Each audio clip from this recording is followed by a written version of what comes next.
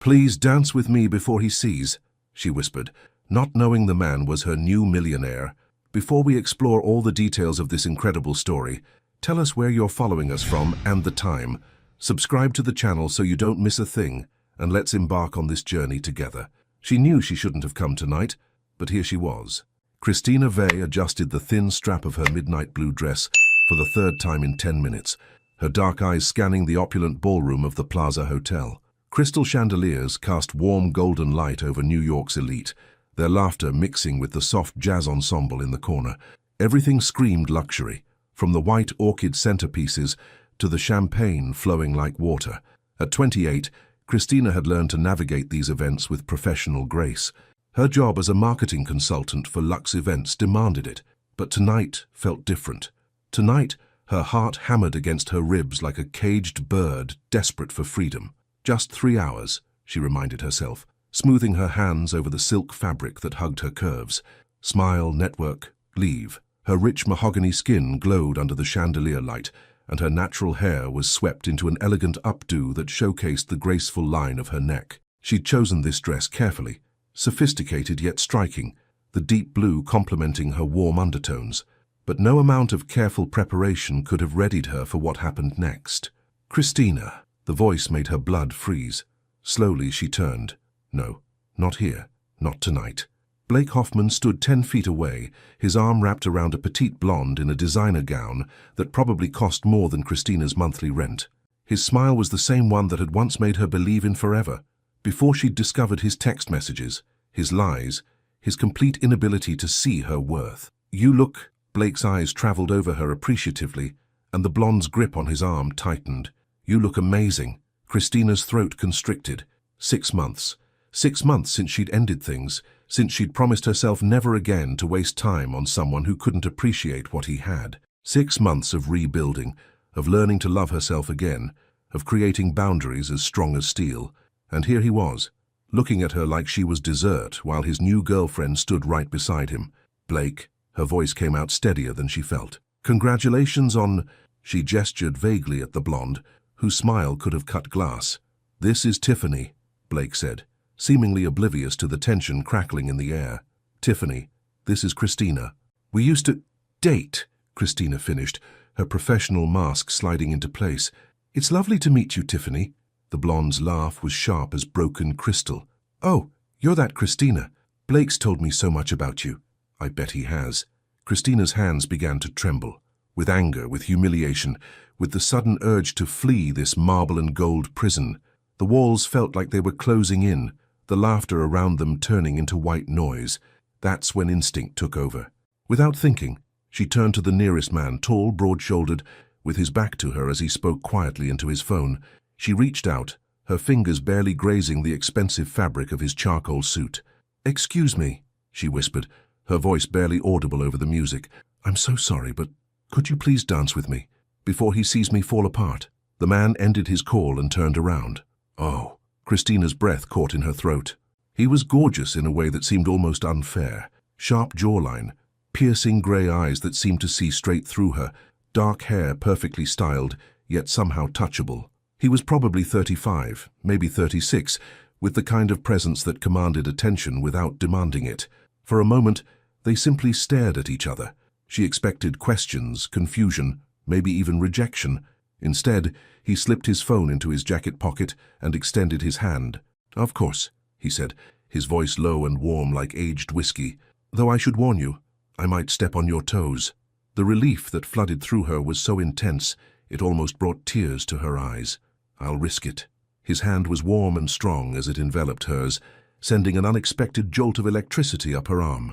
He led her to the dance floor with the confidence of a man who'd done this 1,000 times, but there was something gentle in the way he placed his other hand on the small of her back, protective, not possessive.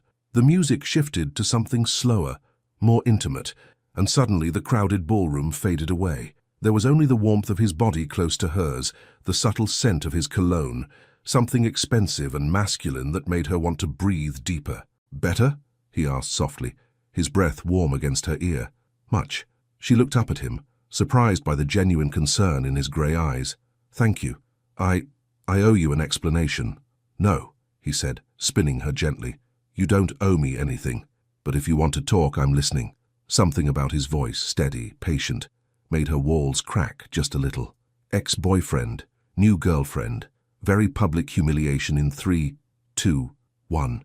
He chuckled, a rich sound that vibrated through his chest.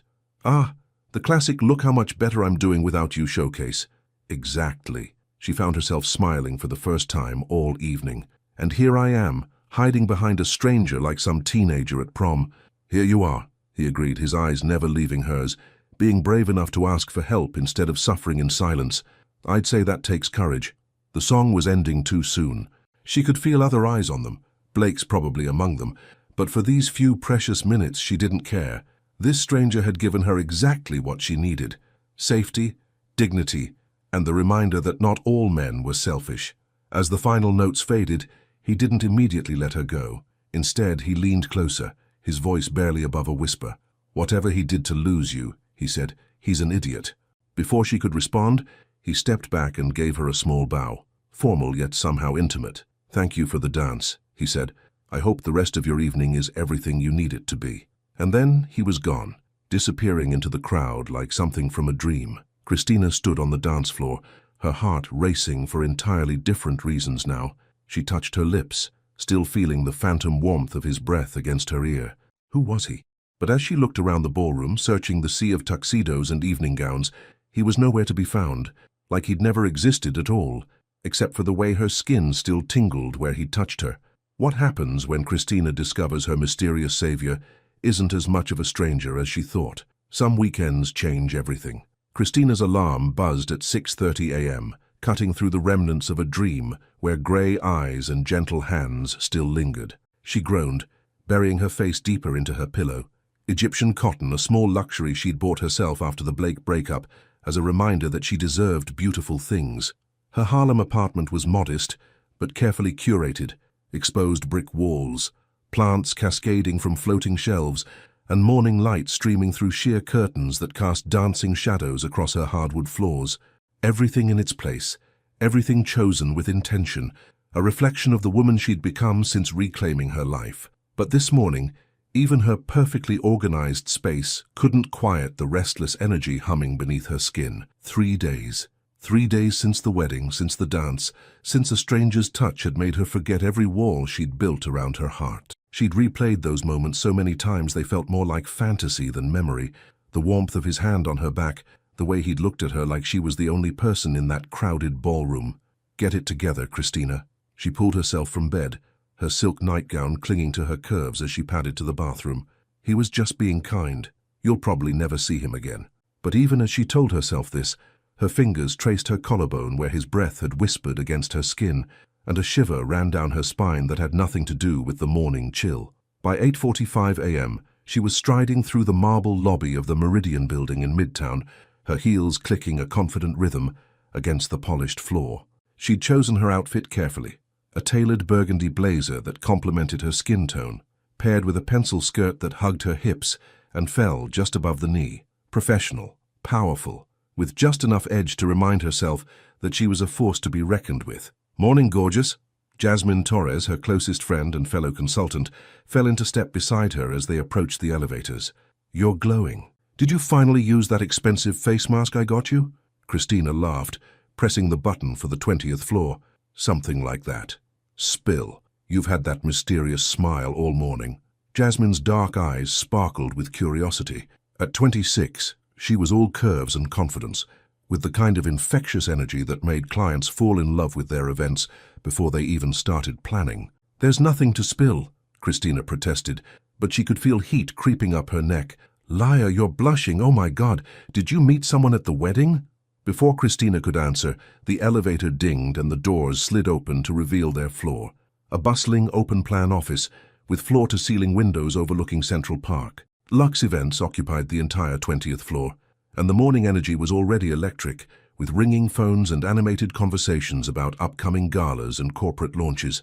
"Ladies and gentlemen," their boss, Richard Thorne, clapped his hands from the center of the office. "Conference room, 5 minutes. I want everyone to meet our new CEO." Christina's stomach dropped. New CEO. She'd heard rumors that the company was being acquired, but she'd assumed it was just corporate gossip. As one of their top consultants, she thought she would have been informed about something this significant. "Did you know about this?" she whispered to Jasmine as they made their way to the glass-walled conference room. Jasmine shook her head, looking equally surprised. "Richard's been acting weird all week, but I thought it was just stress from the Bennett wedding." They filed into the conference room along with the rest of the team, 15 of New York's most talented event consultants, all buzzing with nervous energy.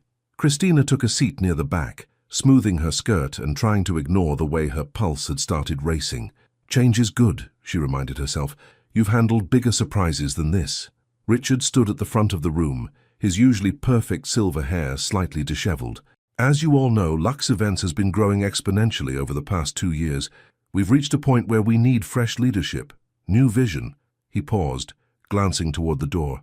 "Someone with the experience and resources to take us to the next level." The door opened. Time stopped. No. Anderson Mack stepped into the conference room, and Christina's world tilted on its axis.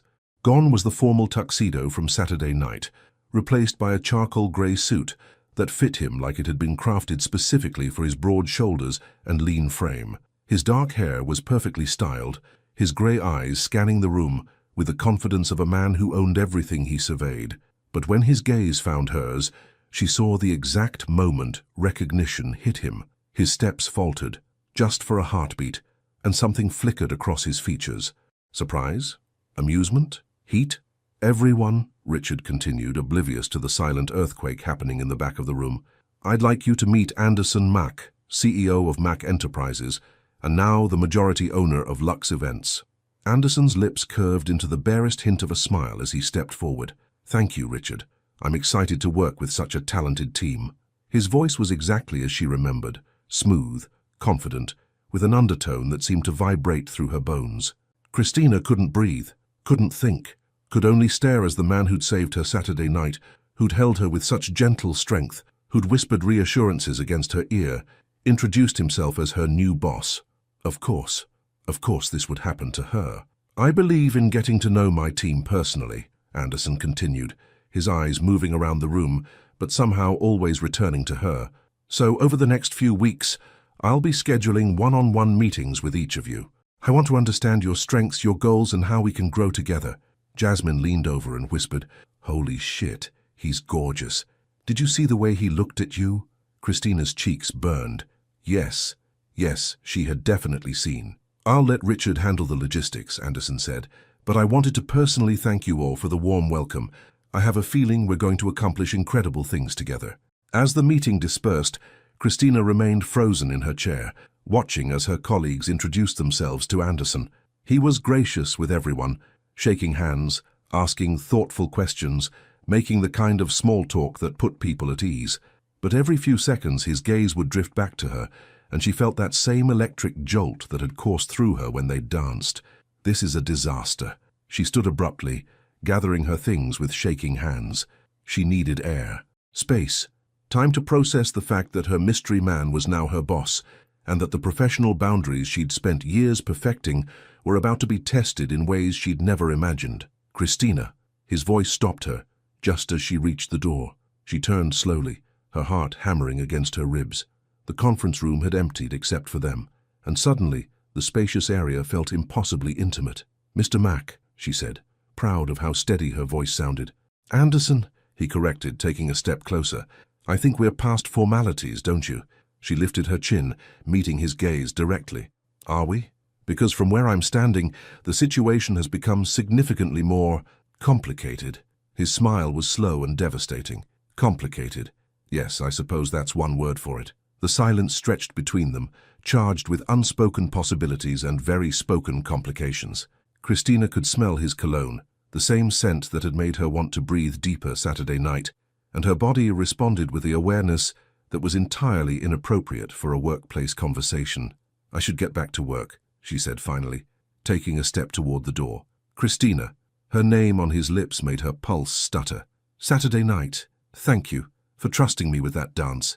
She paused, her hand on the door handle. When she looked back at him, his expression was softer, more vulnerable than she'd expected. "Thank you," she said quietly, "for not asking questions, even though I wanted to." The honesty in his admission sent heat flooding through her veins. Even though you wanted to, she agreed. Another moment, another heartbeat of possibility hanging in the air between them. Then she opened the door and walked away, leaving Anderson standing alone in the conference room, watching her go with an expression that promised their story was far from over. Because some coincidences are too perfect to be anything but destiny. The hardest part about wanting someone you can't have is pretending you don't. 2 weeks had passed since Anderson Mack walked into her life and turned everything upside down.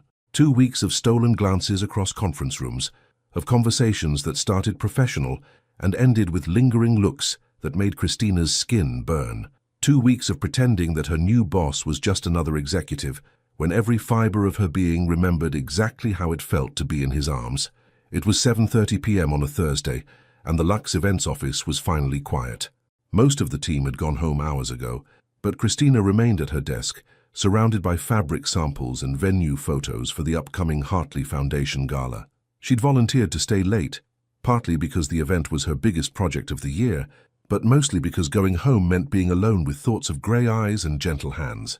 Her burgundy blouse had long since been untucked from her black pencil skirt, and she'd kicked off her heels hours ago, her bare feet tucked under her as she worked. The city lights twinkled beyond the floor-to-ceiling windows, casting a warm glow across her dark skin as she leaned over the layout mock-ups. Just a few more adjustments, she told herself, pushing a strand of hair behind her ear. Her natural curls had escaped their mourning style, framing her face in a way that was softer, more intimate than her usual professional look. Working late again? The voice made her jump, her heart immediately racing. She looked up to find Anderson standing in the doorway of her cubicle, his suit jacket gone, his tie loosened, the top button of his white shirt undone. He looked tired but still devastatingly handsome, his dark hair slightly mussed, as if he'd been running his fingers through it. "Mr. Mack." She straightened in her chair, suddenly aware of how disheveled she must look. "I didn't realize you were still here." "Anderson," he corrected gently, stepping closer, "and I could say the same about you. It's almost 8 o'clock. The Hartley Gala is next month. I want everything perfect." She gestured to the chaos surrounding her desk. Color swatches, lighting plans, menu proposals. "Mrs. Hartley is particular." Anderson's lips quirked into a smile. "That's a diplomatic way of putting it. I've dealt with her before. She once made a florist cry because the roses were the wrong shade of pink." Despite herself, Christina laughed. "You've met her?" "Unfortunately." He moved closer, close enough that she could smell his cologne, close enough to see the way his shirt stretched across his broad chest. "She tried to buy my building last year, spent 3 hours listing everything that was wrong with the lobby marble. And did you sell? Do I look like a man who's easily intimidated by particular women?" His grey eyes sparkled with amusement, but there was something deeper there, something that made her pulse quicken. No, she thought, taking in his confident stance, the way he seemed to fill the space around her desk with his presence. "You look like a man who gets exactly what he wants." "Can I?" He gestured to the empty chair beside her desk. She nodded, not trusting her voice. He pulled the chair closer, closer than was strictly professional, and settled beside her. His knee brushed against hers, and the simple contact sent electricity shooting up her leg. "Show me what you're working on," he said, his voice lower now, more intimate in the quiet office. For the next hour they worked side by side, their heads bent over the plans as Christina walked him through every detail of the gala. Anderson asked thoughtful questions, offered suggestions that showed he understood both luxury and logistics, but more than that, he listened to her, really listened, in a way that made her feel heard and valued. "You're incredible at this," he said finally, leaning back in his chair. "The way you think about every angle, every guest experience. Mrs. Hartley is lucky to have you." Heat bloomed in Christina's chest at the genuine admiration in his voice. "Thank you. That means a lot." "I mean it." He turned to face her fully, and suddenly the space between them felt charged with possibility. "You have a gift for making people feel special. I should know." The reference to their dance made her breath catch. They'd been so careful to keep things professional for 2 weeks, but now, alone in the dim office with the city lights painting everything in gold, those carefully maintained boundaries felt gossamer thin. "Anderson?"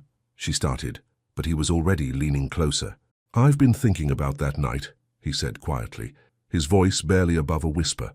"About the way you looked at me when the music ended, like you were surprised that someone could see you. I was surprised." The admission slipped out before she could stop it. "Blake spent 2 years making me feel invisible.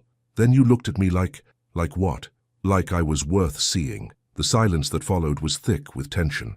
Anderson's hand moved slowly across the desk, his fingers stopping just short of touching hers. You are worth seeing, Christina. You're worth a lot more than that. She stared down at their almost touching hands, her heart hammering so hard she was sure he could hear it.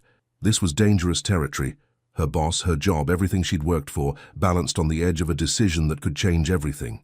We shouldn't, she whispered, even as every cell in her body screamed for her to close that last inch between them. I know. His thumb brushed against her knuckle, the lightest touch that somehow felt more intimate than anything she'd experienced with Blake.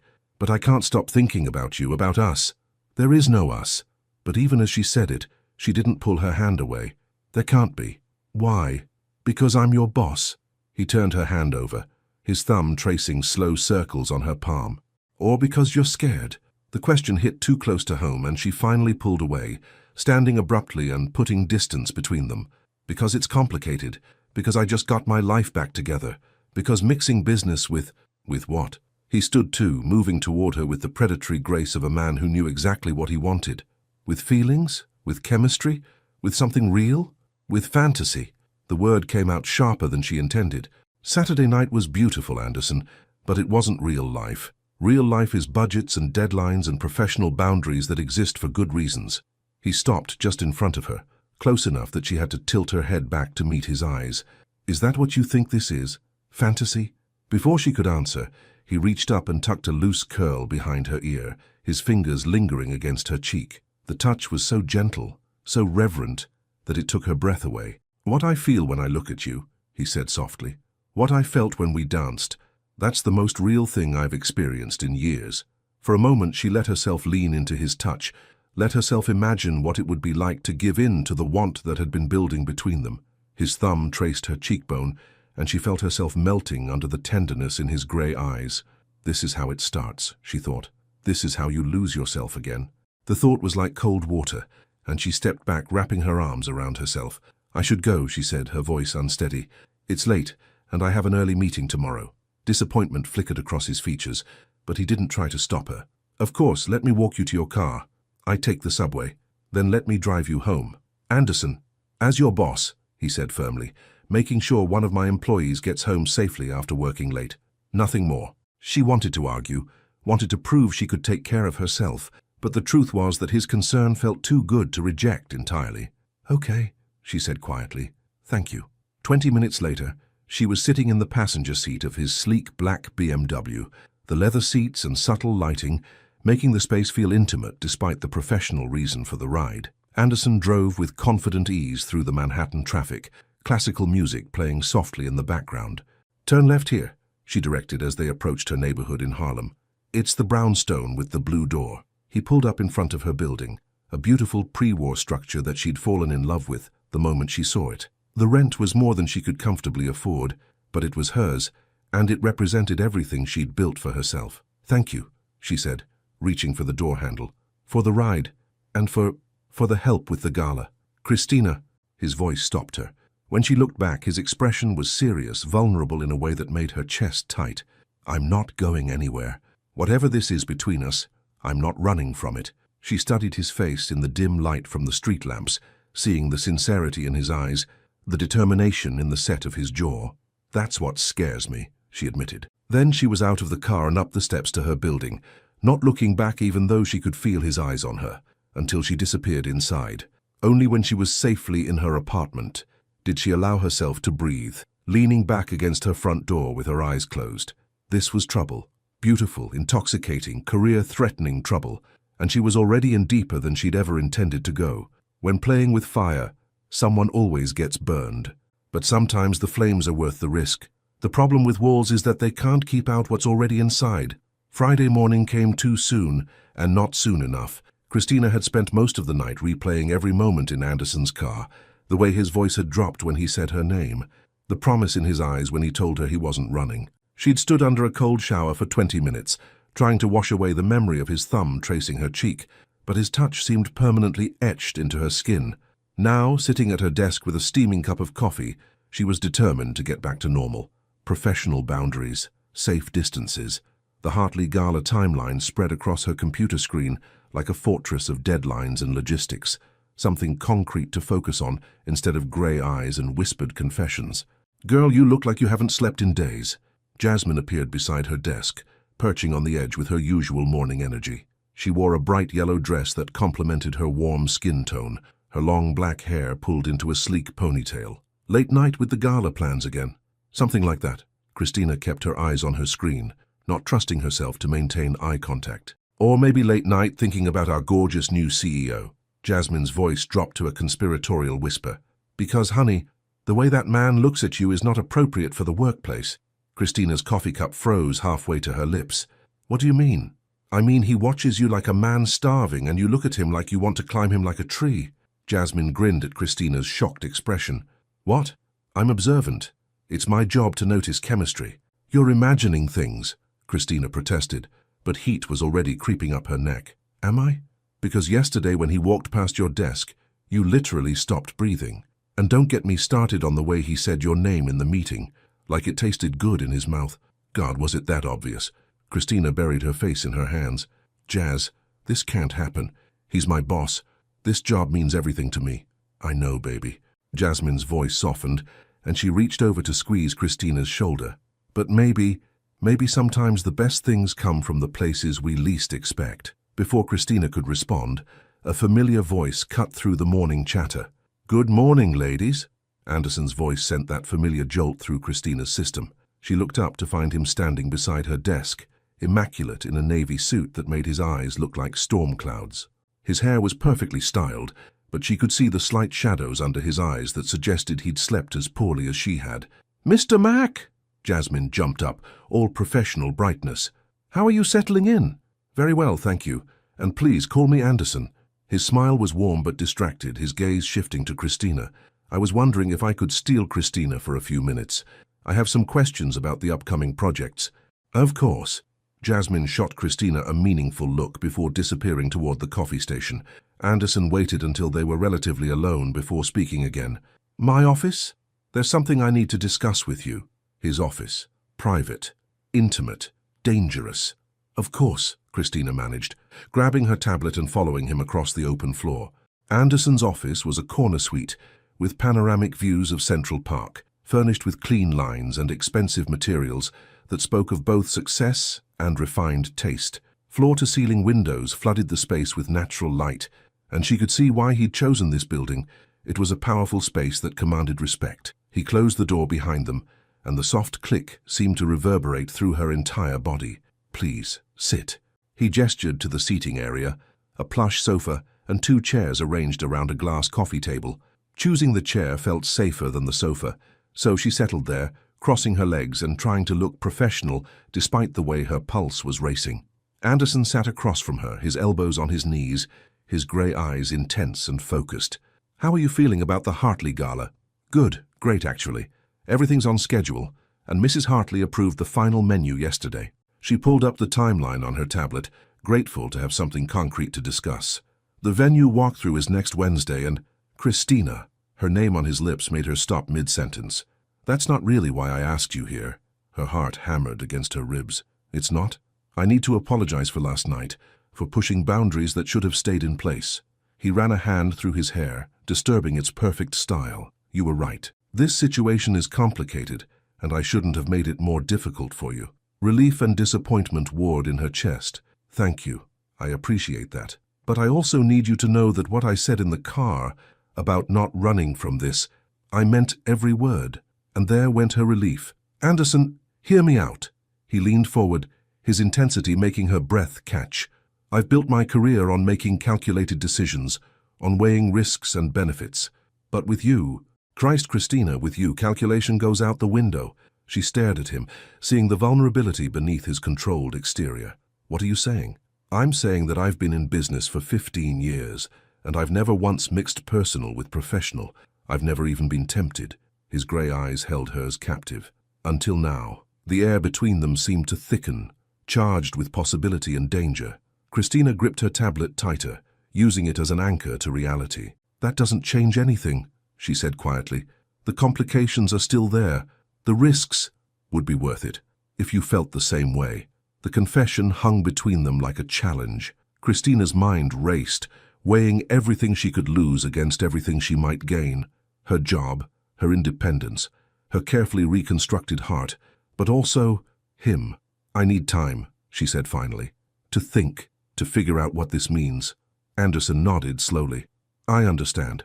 And while you're thinking," he reached for a folder on the coffee table. "I have a proposition, a business proposition," he added quickly, seeing her expression. "What kind of proposition?" "There's a potential client in Vermont, luxury mountain resort, looking to host corporate retreats and high-end weddings. They want someone to come up, assess their facilities, make recommendations for event capabilities." He handed her the folder. "It's a big contract, could be huge for the company." Christina opened the folder, scanning the details.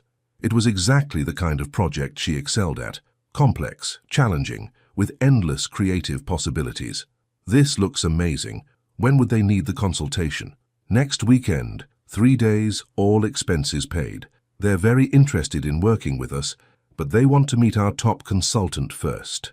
His smile was soft, almost shy. "That would be you." Pride warmed her chest at his confidence in her abilities. "You really think I'm the right person for this?" "I know you are. Your portfolio speaks for itself, and your vision for events is exactly what they're looking for." He paused, his expression becoming more serious. "But I should mention, I'd be going with you." Her stomach dropped. "What?" "As CEO, I need to be involved in contracts this size. And honestly," he ran his hand through his hair again, a gesture she was beginning to recognize as his tell when he was nervous. "I think some distance from the office might help us both think more clearly about everything." 3 days, in Vermont. With Anderson, it was either the best idea or the worst idea she'd ever heard. "I don't know if that's smart," she said carefully. "Probably not," he agreed, "but it's business. Important business that could set both our careers on incredible trajectories." His grey eyes met hers. "Can you handle 3 days of strictly professional interaction? Because I promise you, that's all it would be." She studied his face, looking for any sign that he was being less than honest. But his expression was earnest, determined, the face of a man making a genuine business offer. It was a good opportunity, a great opportunity, the kind that could establish her as one of the premier event consultants on the East Coast. "Strictly professional," she repeated. "Absolutely. Separate rooms. Of course. And when we get back, we go back to normal working relationship. No more late-night conversations or car rides home." Something flickered in his eyes.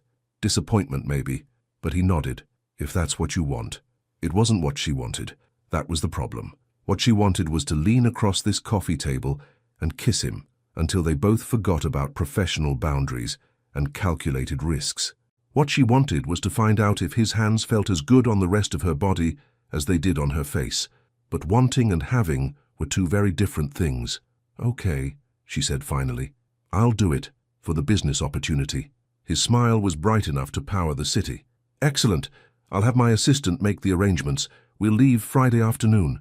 As she stood to leave, folder clutched against her chest like armor.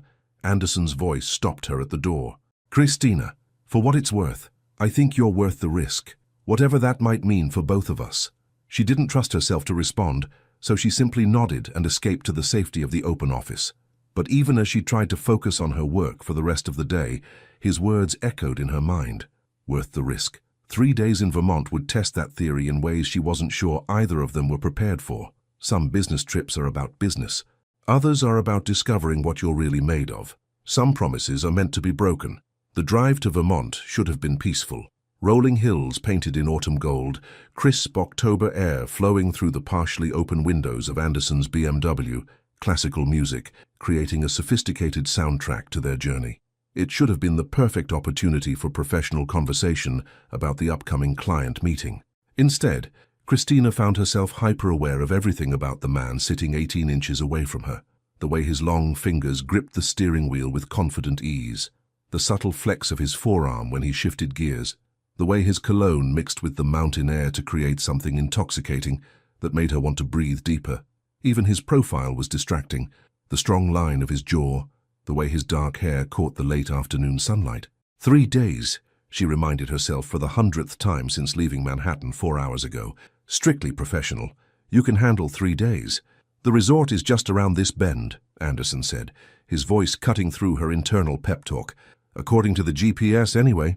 Christina looked up from her tablet where she'd been pretending to review the client notes and gasped. The Willowbrook Mountain Resort spread before them like something from a fairy tale. A massive stone and timber lodge nestled against the backdrop of mountains dressed in fall splendor.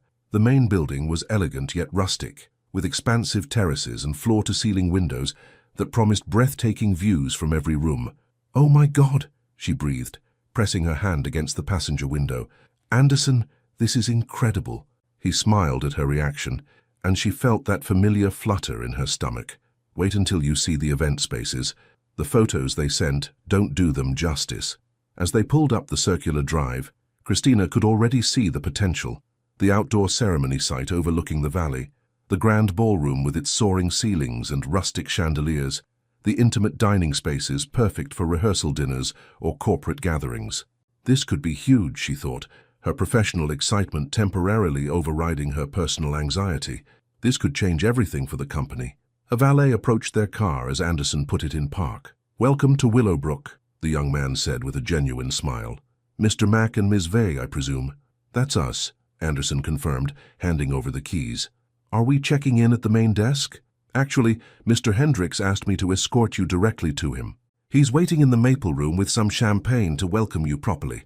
James Hendricks, Christina remembered from their correspondence.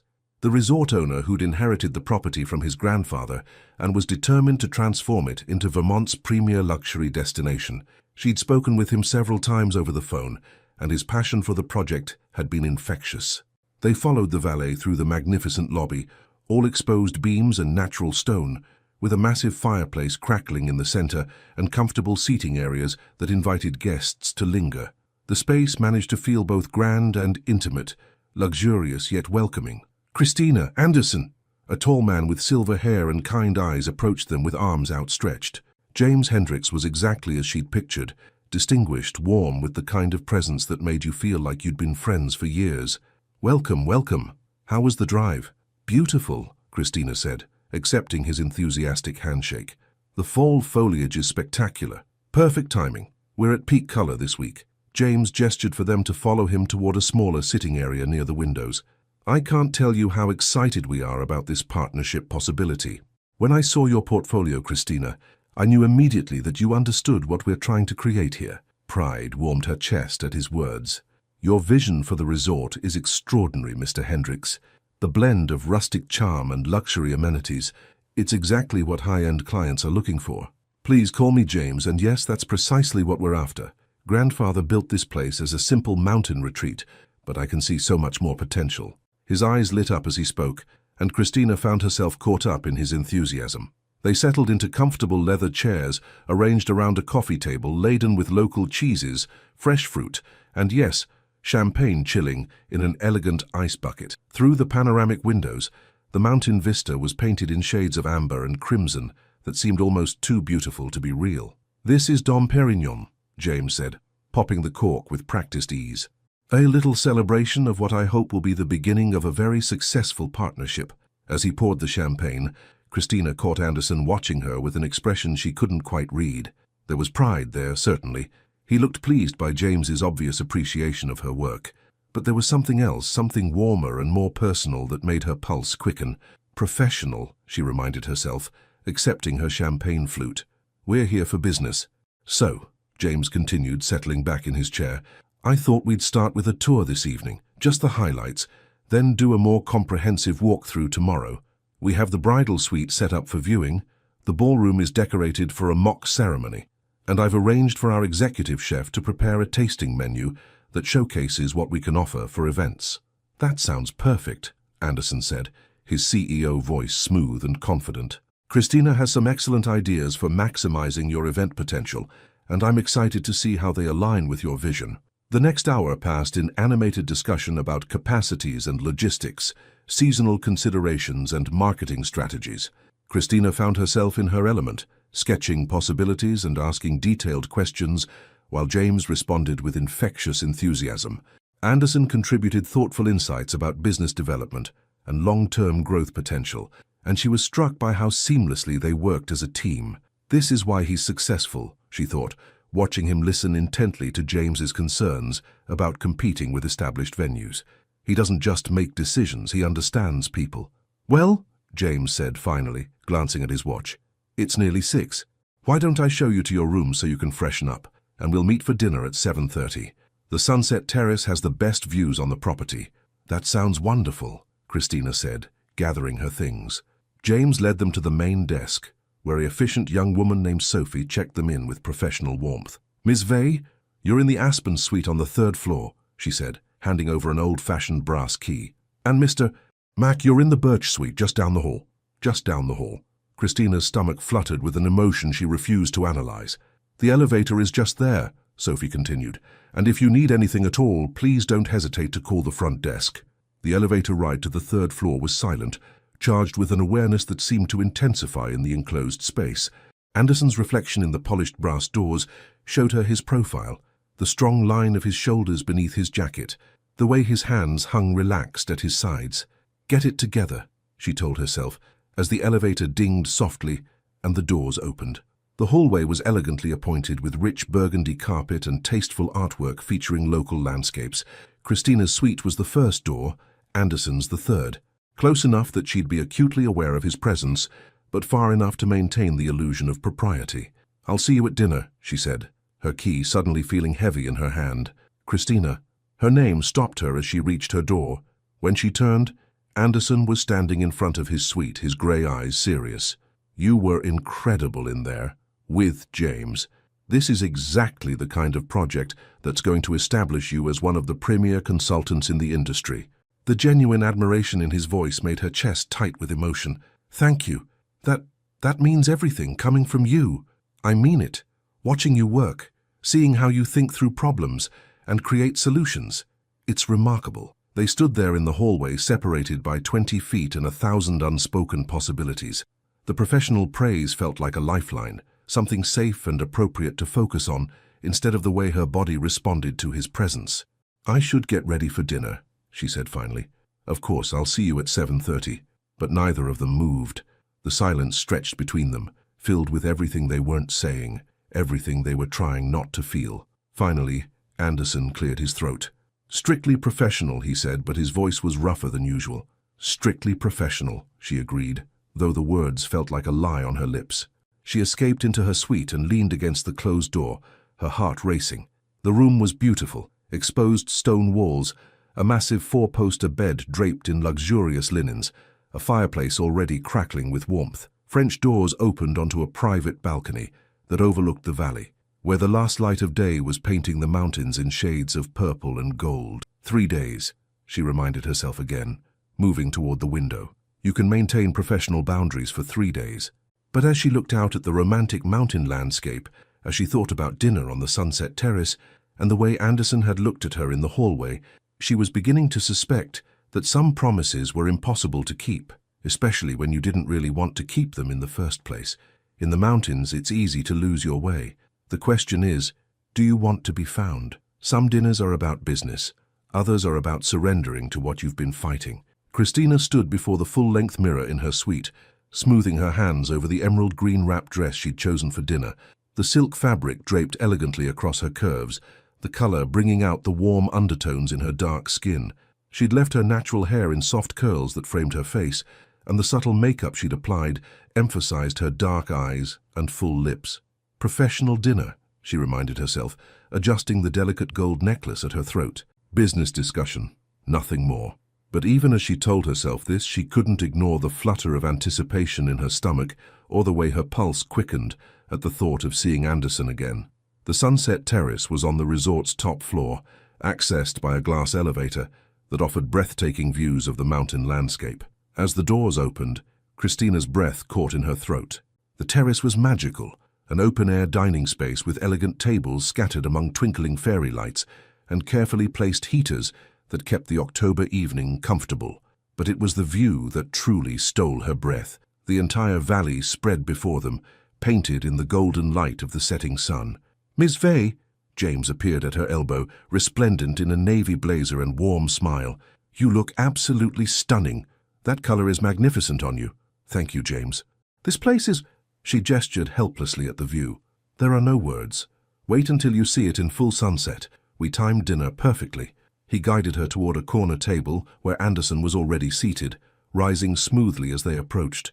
Oh, if she'd thought Anderson was handsome in his business suits, seeing him in evening wear was almost overwhelming. He wore a charcoal grey jacket over a white shirt, no tie, the top button undone in a way that was both elegant and slightly undone. His dark hair was perfectly styled, and when his grey eyes met hers, she felt that familiar jolt of electricity.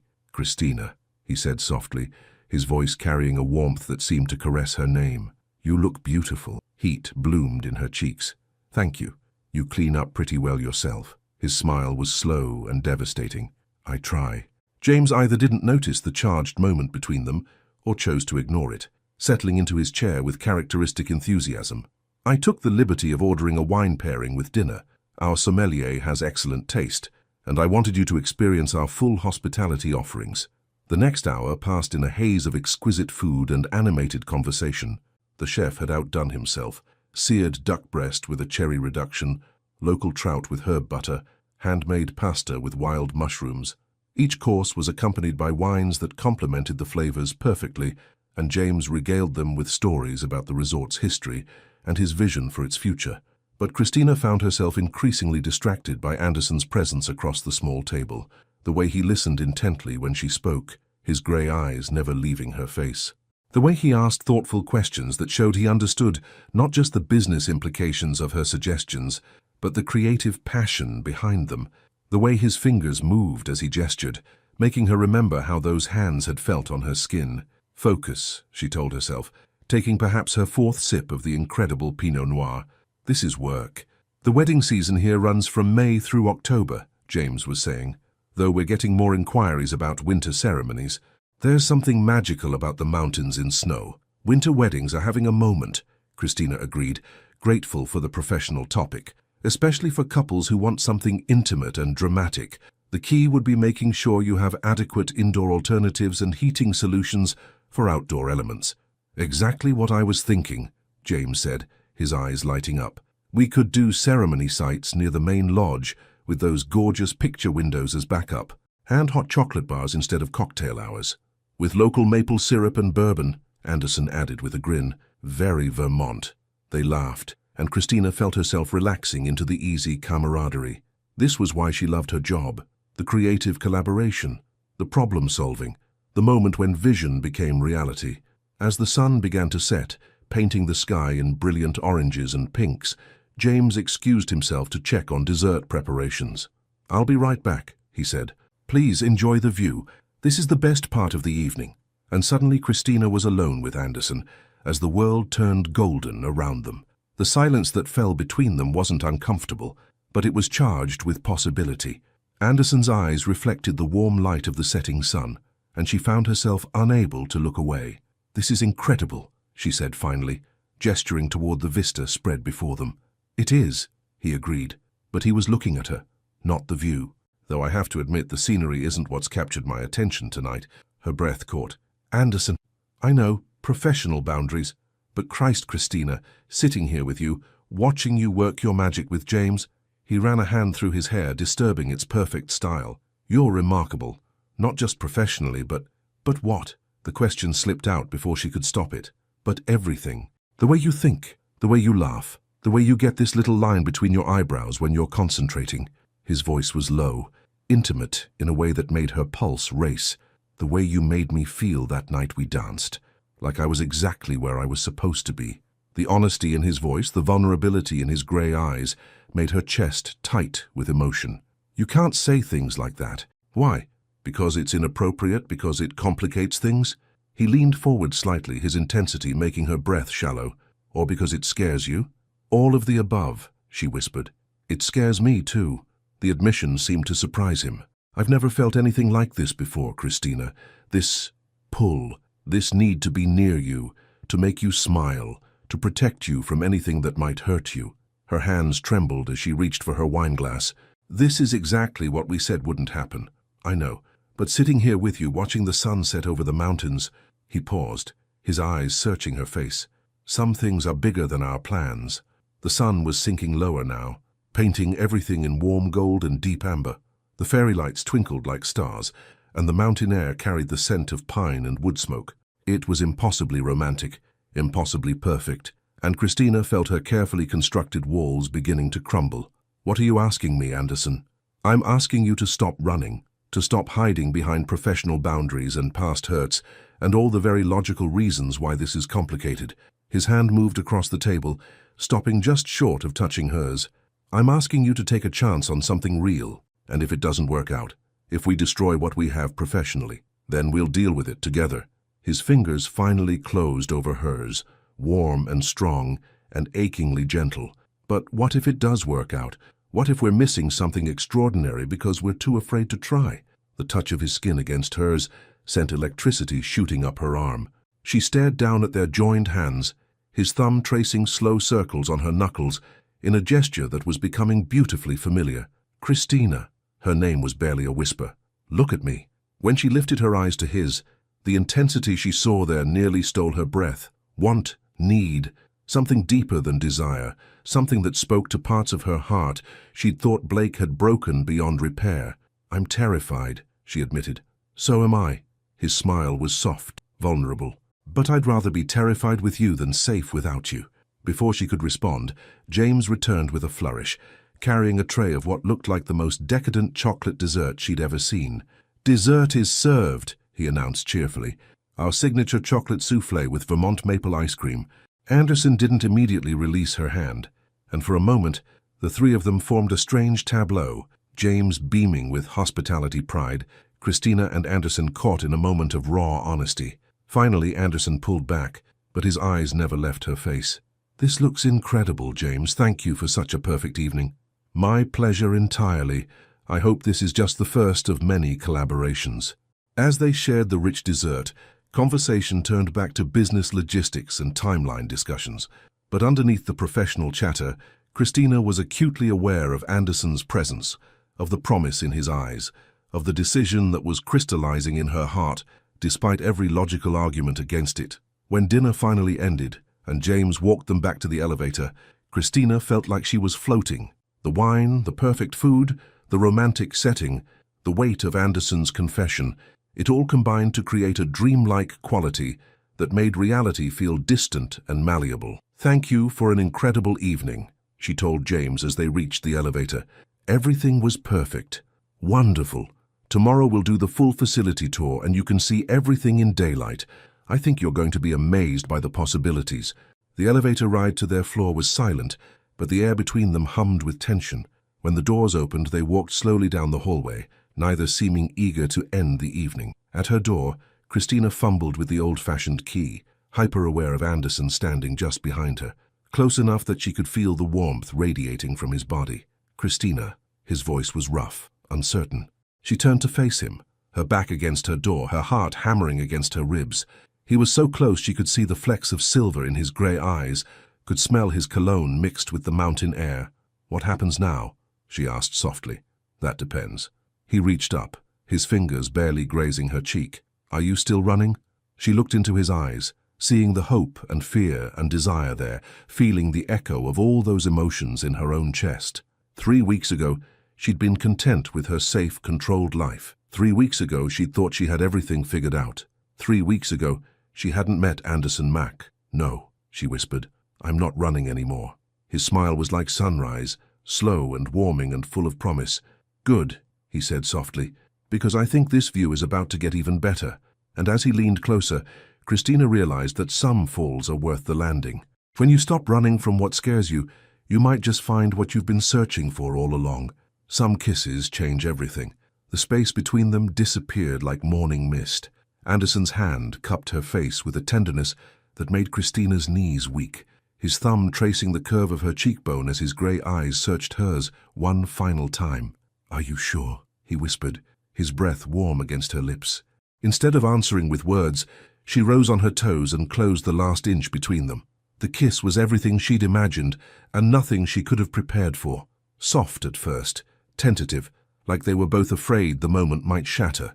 But when she sighed against his lips, when her hands found the lapels of his jacket, something ignited between them. Anderson's other arm wound around her waist, pulling her closer as the kiss deepened. She tasted wine and promise on his lips, felt the barely restrained passion in the way his fingers tangled in her hair. This wasn't the gentle dance they'd shared at the wedding, This was raw, honest, electric with weeks of denied attraction. When they finally broke apart, both breathing hard, Christina felt like the world had shifted on its axis. Anderson rested his forehead against hers, his eyes closed, his hands still framing her face like she was something precious. That was, he started, then seemed to lose the words. Worth the risk, she finished softly. His smile was brilliant in the dim hallway light. Definitely worth the risk. They stood there for a long moment, holding each other in the quiet corridor, the magnitude of what had just changed settling around them. Christina could feel Anderson's heart beating against her chest, could smell his cologne mixed with the mountain air, could taste the lingering sweetness of the kiss on her lips. I should, she started, then stopped, not really wanting to finish the sentence. Go inside, he agreed, but he made no move to step away. We have an early morning tomorrow. The full facility tour, she said, trying to remember what their actual purpose was for being here. Business, he said, his thumb stroking across her lower lip, in a gesture that was anything but businesslike. Strictly professional, she whispered, but the words had lost all meaning. Absolutely professional, he agreed, then kissed her again, soft and sweet and full of promises for tomorrow. When he finally stepped back, Christina felt cold without his warmth. She fumbled with her key again, more distracted now than she'd been before. Good night, Christina, he said softly. Good night, Anderson. She slipped inside her suite and leaned against the closed door, her heart racing and her lips still tingling from his kiss. Through the wood, she could hear his footsteps moving down the hall, the soft sound of his door opening and closing. What have I done? She thought, touching her lips with trembling fingers. What have we done? But even as her logical mind tried to catalogue all the ways this could complicate their lives, her heart was singing with a joy she hadn't felt in years. Anderson's kiss had been everything Blake's never were. Passionate yet gentle, demanding yet respectful, full of promise rather than possession. She moved to the French doors leading to her balcony, stepping out into the cool mountain air. The valley below was draped in darkness now, dotted with the warm lights of distant homes. Above, stars glittered in the clear Vermont sky like scattered diamonds. I'm falling for him, she realized, the thought both thrilling and terrifying. I'm falling for my boss and I don't know how to stop. Did she even want to stop? The next morning dawned crisp and clear, painting the mountains in shades of gold and amber. Christina woke slowly, stretching in the luxurious bed as memories of the previous evening flooded back. The kiss, Anderson's hands in her hair, the way he'd looked at her like she was the answer to a question he'd been asking his whole life. She showered and dressed carefully in dark jeans, ankle boots, and a cream cashmere sweater that was both professional and practical for walking around the resort grounds. Her reflection in the mirror showed bright eyes and a flush in her cheeks that had nothing to do with makeup.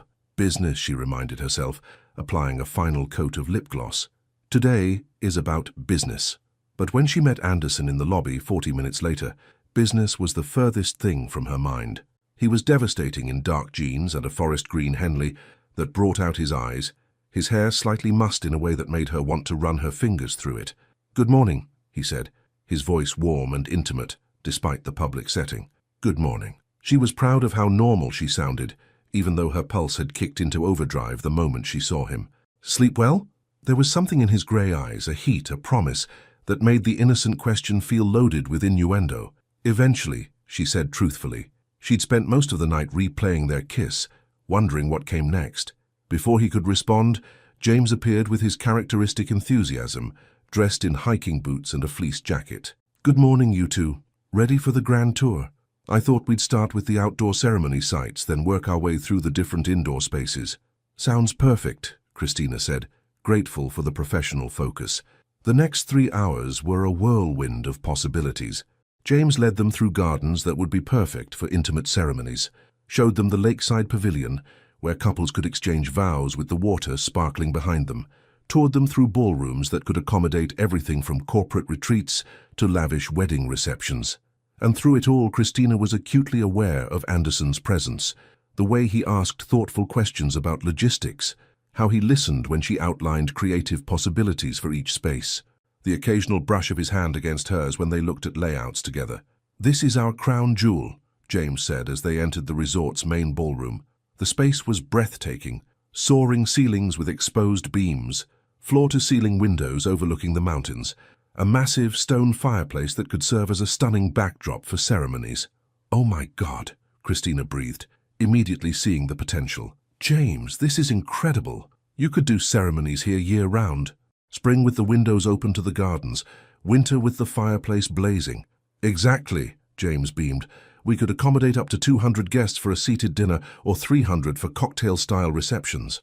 Christina was already moving around the space, her mind racing with possibilities.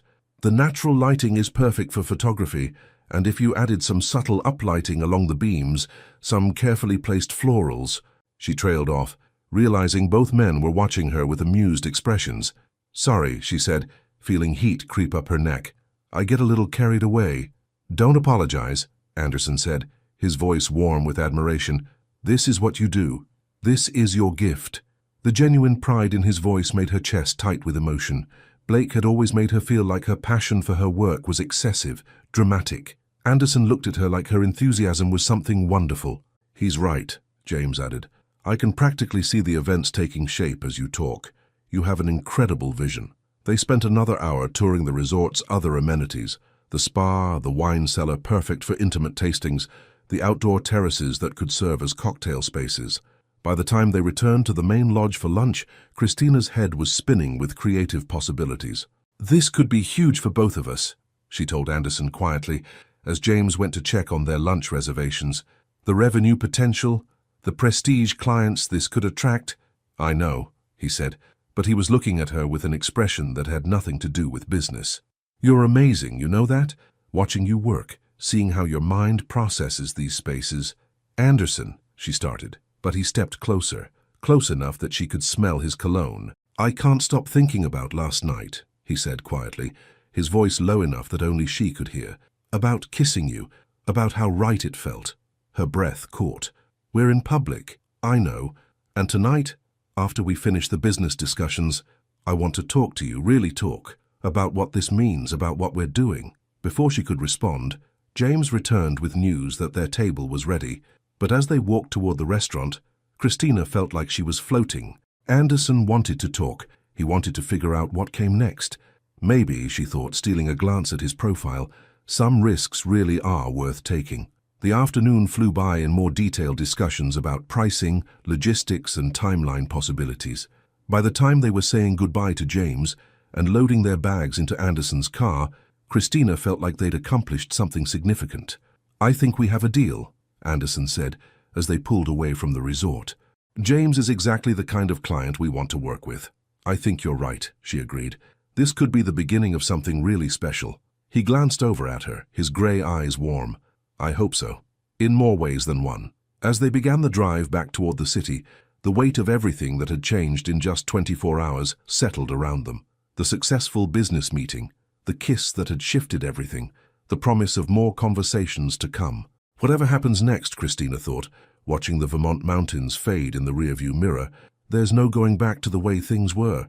And for the first time in years, she was okay with that. Some business trips are about contracts. Others are about discovering what you really want. Sometimes the hardest part isn't falling in love, it's figuring out how to live with it.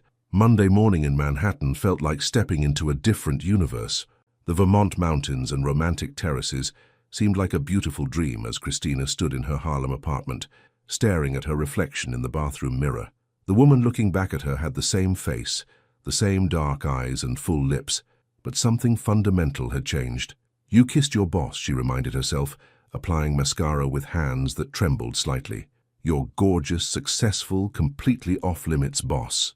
But even as her logical mind tried to catalogue all the ways this could complicate her carefully constructed life, her lips still tingled with the memory of Anderson's kiss, the way he'd held her face like she was precious, the promise in his grey eyes when he'd said they needed to talk. She'd chosen her outfit carefully, a tailored black dress with a burgundy blazer, professional yet flattering. If she was going to navigate this new reality, she needed armor that made her feel confident and in control. You can do this, she told herself, grabbing her purse and laptop bag. Professional boundaries, clear communication, figure out what this means without destroying everything you've worked for. The subway ride to Midtown was a blur of morning commuters and internal pep talks. But when the elevator doors opened on the 20th floor of the Meridian building, Christina felt her pulse kick into overdrive. He's here, somewhere in this building, and everything has changed. Christina! Jasmine's voice cut through her swirling thoughts. Girl, you look amazing. Did Vermont agree with you? Christina forced a smile, hoping her face didn't reveal the chaos in her mind. It was productive. The resort is incredible. I think we're looking at a major new partnership. And Anderson? Jasmine's dark eyes sparkled with curiosity. How was traveling with Mr. Tall, Dark and Gorgeous? Complicated, life-changing, perfect, professional, Christina managed. Very professional. Jasmine's eyebrows rose, and Christina could see she wasn't buying the careful response. But before her friend could press for details, Richard Thorne's voice boomed across the office. Christina, my office, 5 minutes. I want to hear everything about Vermont. Perfect excuse to escape Jasmine's interrogation. I should go prep for that meeting, Christina said, already moving toward her desk. But as she gathered her notes from the trip, she couldn't stop her eyes from drifting toward Anderson's corner office. The blinds were closed, but she could see his silhouette through the frosted glass, already at work despite the early hour. Does he feel as unsettled as I do, she wondered. Is he thinking about the kiss, about what comes next? The meeting with Richard went well. He was thrilled about the potential partnership with Willowbrook, excited about the revenue projections and the prestige it would bring to Lux events. But Christina found herself distracted, hyper-aware of every footstep in the hallway, every voice that might belong to Anderson. Excellent work, Richard concluded, leaning back in his chair with satisfaction. Anderson made the right call sending you up there. You two make a good team. If only he knew how good, Christina thought, her cheeks heating at the unintended innuendo. I should get back to work, she said, standing quickly. I want to put together a comprehensive proposal for James while everything's fresh in my mind.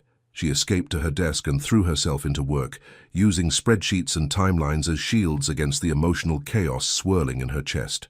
But every few minutes her eyes would drift toward Anderson's office, and her pulse would stutter at the memory of his hands in her hair. Focus, she commanded herself.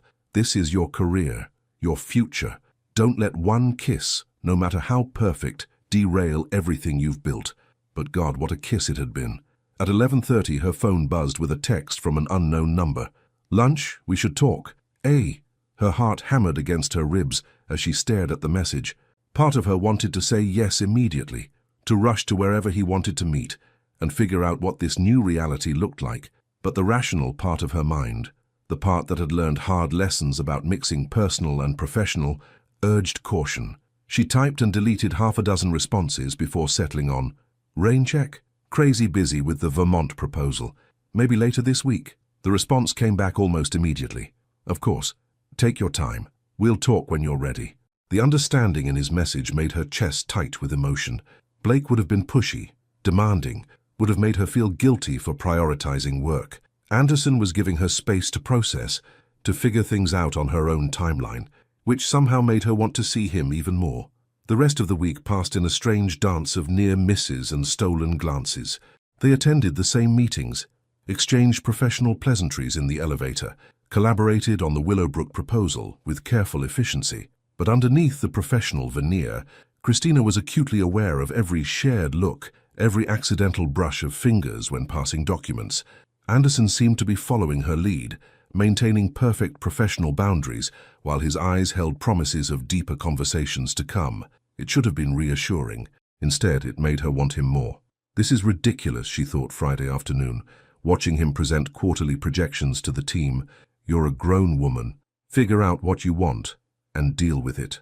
But what she wanted felt impossible to reconcile with what was practical. She wanted Anderson, his laugh, his hands, his way of looking at her, like she was the most interesting person in the room. She wanted to explore whatever was building between them. But she also wanted her career, her independence, the security she'd worked so hard to build. Why can't you have both? A small voice in her head whispered. Why does it have to be either or? She was still wrestling with these thoughts when she packed up her desk Friday evening. Most of the office had cleared out by 6, but she'd stayed late to finish the final details on the Willowbrook proposal. It was perfect, comprehensive, creative, exactly the kind of work that established her as one of the premier consultants in the city. She was just gathering her things when a familiar voice made her pulse stutter. Working late again? Anderson stood beside her desk, his suit jacket gone, his tie loosened in a way that was becoming dangerously familiar. His gray eyes were warm but cautious, like he was testing the waters. Just finishing up the Willowbrook proposal, she said, proud of how normal her voice sounded. I wanted to get it perfect before we send it Monday. May I? He gestured toward her computer screen. She nodded, and he moved closer, close enough that she could smell his cologne, close enough to see the late-day stubble along his jaw.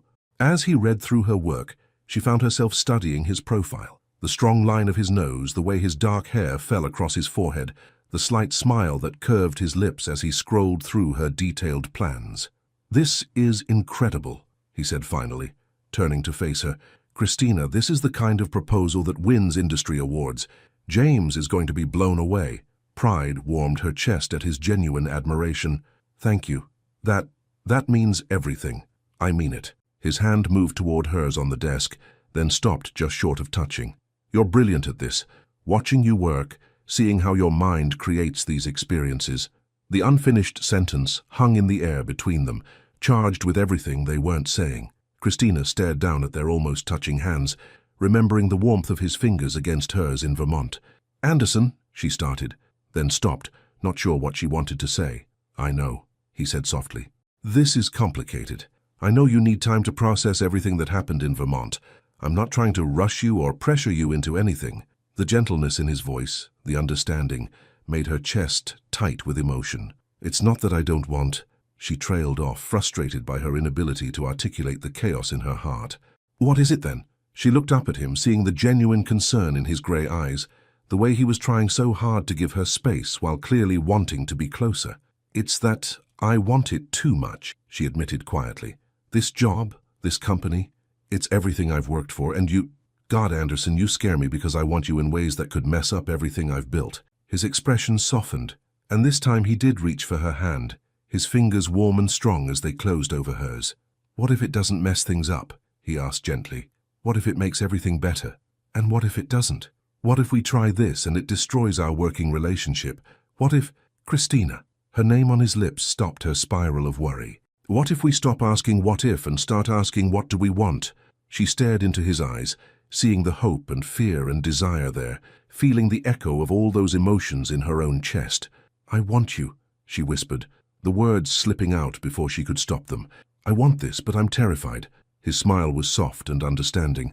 "So am I, but I'd rather be terrified with you than safe without you." The same words he'd said in Vermont, but this time in the familiar setting of their office with the city lights twinkling beyond the windows, they felt more real, more possible. "So what do we do?" she asked.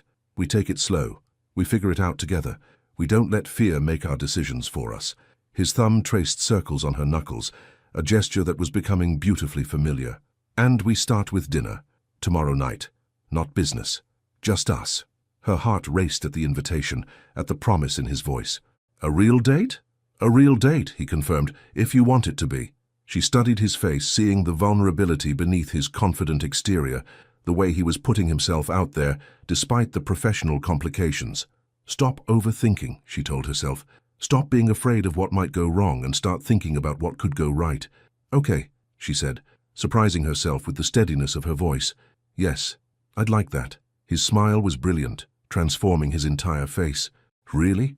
Really?" And as she said it, she felt something settle in her chest. Not certainty exactly, but a willingness to find out what came next. "But Anderson, yeah, if we're doing this, we do it right. Clear boundaries at work, honest communication, no games or assumptions." "Absolutely," he agreed immediately. "Whatever you need to feel comfortable." She smiled, feeling lighter than she had all week. "Then I guess we're really doing this." "I guess we are." He brought her hand to his lips, pressing a soft kiss to her knuckles that sent heat shooting up her arm. "Tomorrow night, 7 o'clock, I'll pick you up." As he walked away, leaving her alone with her racing heart and trembling hands, Christina realized that some leaps of faith are worth the fall, and she was ready to jump. Sometimes the scariest decisions lead to the most beautiful destinations. Some nights change everything you thought you knew about love. Christina stood before her bedroom mirror, changing clothes for the third time in an hour. The black dress was too formal. The jeans felt too casual. The burgundy wrap dress was perfect, but reminded her too much of their dinner in Vermont, and she wanted tonight to feel like a fresh start. Finally, she settled on a deep emerald silk blouse tucked into high-waisted black trousers, paired with her favorite heels and delicate gold jewelry. The color brought out the warmth in her dark skin, and the cut was both elegant and comfortable. Her natural curls framed her face in soft waves, and she'd applied makeup that enhanced her features without looking overdone. "This is just a date," she told herself, applying a final swipe of lip gloss. "A normal adult date with a man you happen to work with. People do this all the time." But even as she tried to calm her nerves, her hands trembled slightly as she gathered her purse and jacket. This wasn't just any date. This was Anderson, the man who'd made her laugh on the worst night in recent memory, who'd kissed her like she was precious, who looked at her professional achievements with genuine pride and admiration. This could be the beginning of something real. Her phone buzzed with a text. "On my way up. You look beautiful, I'm sure." Heat bloomed in her cheeks at his confidence, at the way he seemed to know exactly what to say to make her feel special. She grabbed her purse and headed for the door, not wanting him to come up to her apartment just yet. That felt like a level of intimacy she wasn't quite ready for. She met him in the lobby of her building, and the sight of him made her breath catch. Gone was the business attire she was used to seeing him in. Instead, he wore dark jeans that fit him perfectly, a navy button-down with the sleeves rolled up to reveal strong forearms, and a charcoal grey blazer that brought out his eyes. His hair was styled but less formal than usual, and when he smiled at her, she felt that familiar jolt of electricity. "Wow," he said softly, his grey eyes travelling over her appreciatively. "You look incredible." "Thank you. You clean up pretty well yourself." She gestured toward his casual elegance. "This is a good look for you." "Thanks. I thought we could skip the stuffy restaurant scene for our first official date." His smile was warm and slightly nervous, which she found endearing. "I hope you don't mind walking a few blocks." "I love walking in the city," she said truthfully. "Lead the way." As they stepped out onto the Harlem street, Anderson offered his arm with old-fashioned gallantry that made her heart flutter. The October evening was crisp but comfortable, perfect for strolling through the tree-lined streets of her neighborhood. "I've never really explored this part of the city," Anderson admitted as they walked. "It's beautiful. How long have you lived here?" "About 2 years. I fell in love with the building the moment I saw it." She gestured toward the elegant brownstones lining the street. "It's more than I can really afford, but sometimes you have to invest in things that make you happy." "Smart philosophy," he agreed, "though from what I've seen of your work, I suspect you won't have to worry about affording anything for much longer. The Willowbrook proposal alone is going to open doors you haven't even thought of yet." Pride warmed her chest at his confidence in her abilities. "You really think so?" "I know so. You have a gift, Christina. The way you see possibilities where others see limitations. The way you create experiences that touch people's hearts." He paused, glancing at her sideways. "It's remarkable. You're remarkable." The genuine admiration in his voice made her pulse race. Blake had always seemed threatened by her professional success, had made comments about her obsession with work. Anderson spoke about her career like it was something to be celebrated. "Thank you," she said softly. "That means more than you know." They walked in comfortable silence for a few blocks, and Christina found herself relaxing into the rhythm of the evening. Anderson's presence beside her felt natural, right? Like something she'd been missing without realizing it. "So where are we going?" she asked as they turned onto a busier street lined with restaurants and shops. "You'll see." His smile was mysterious. "I wanted our first date to be somewhere special, but not so fancy that we couldn't actually talk." 2 blocks later, he stopped in front of a small jazz club called Blue Notes. The exterior was understated, brick facade with a simple blue neon sign, but she could hear the sultry sounds of a saxophone drifting from inside. "Jazz?" she asked, delighted surprise coloring her voice. "You mentioned at the wedding that you loved jazz," he said, looking suddenly uncertain. I hoped you'd enjoy this. They have incredible musicians, great food, and the atmosphere is intimate without being overwhelming." The fact that he'd remembered such a small detail from their brief conversation weeks ago made her chest tight with emotion. "Anderson, this is perfect." His relief was visible. "Really? I wasn't sure if it was too low-key for a first date." "It's exactly right," she assured him, and meant it completely. The interior of Blue Notes was everything she could have hoped for. Dim lighting, intimate tables, a small stage where a quartet was performing a sultry rendition of "The Way You Look Tonight." The maitre d' led them to a corner table that offered privacy while still giving them a clear view of the musicians. "This is incredible," Christina said, settling into her chair and taking in the atmosphere. "How did you find this place?" "I may have done some research," Anderson admitted, looking pleased by her reaction. "Asked around, read reviews, wanted to find something that felt like us. Us." The word sent warmth spreading through her chest.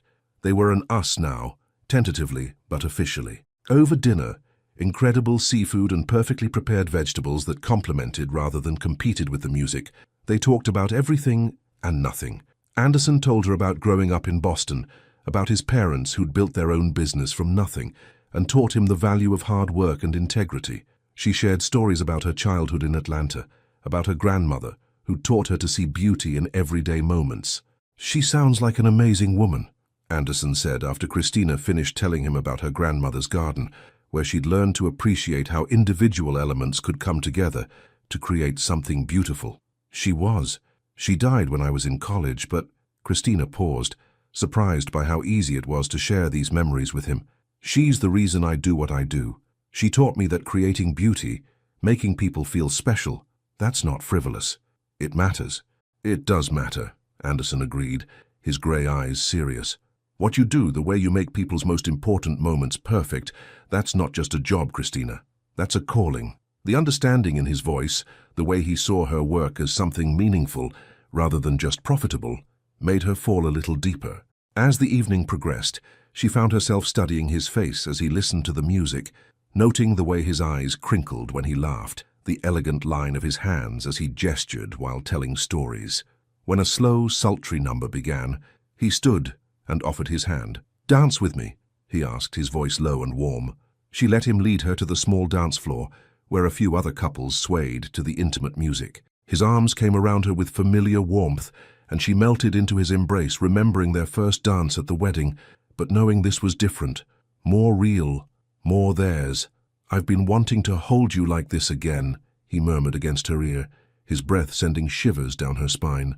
"Just like this?" she asked softly, looking up into his grey eyes. "Just like this," he confirmed, then paused.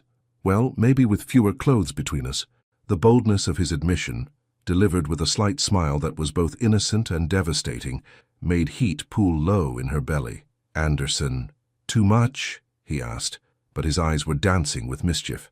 "Not too much," she whispered. "Just dangerous." "Good dangerous or bad dangerous?" She considered this as they swayed to the music, her body pressed against his, acutely aware of his warmth and strength and the way he smelled like expensive cologne and something uniquely him. "Very good dangerous," she admitted. His smile was slow and devastating. "I was hoping you'd say that." When the song ended, they didn't immediately separate. Instead, they stood there on the small dance floor, holding each other while the music shifted to something more upbeat around them. "We should probably go back to our table," Christina said, though she made no move to step away. "Probably," Anderson agreed, but his hands remained on her waist, his thumbs tracing small circles that sent electricity through her entire body.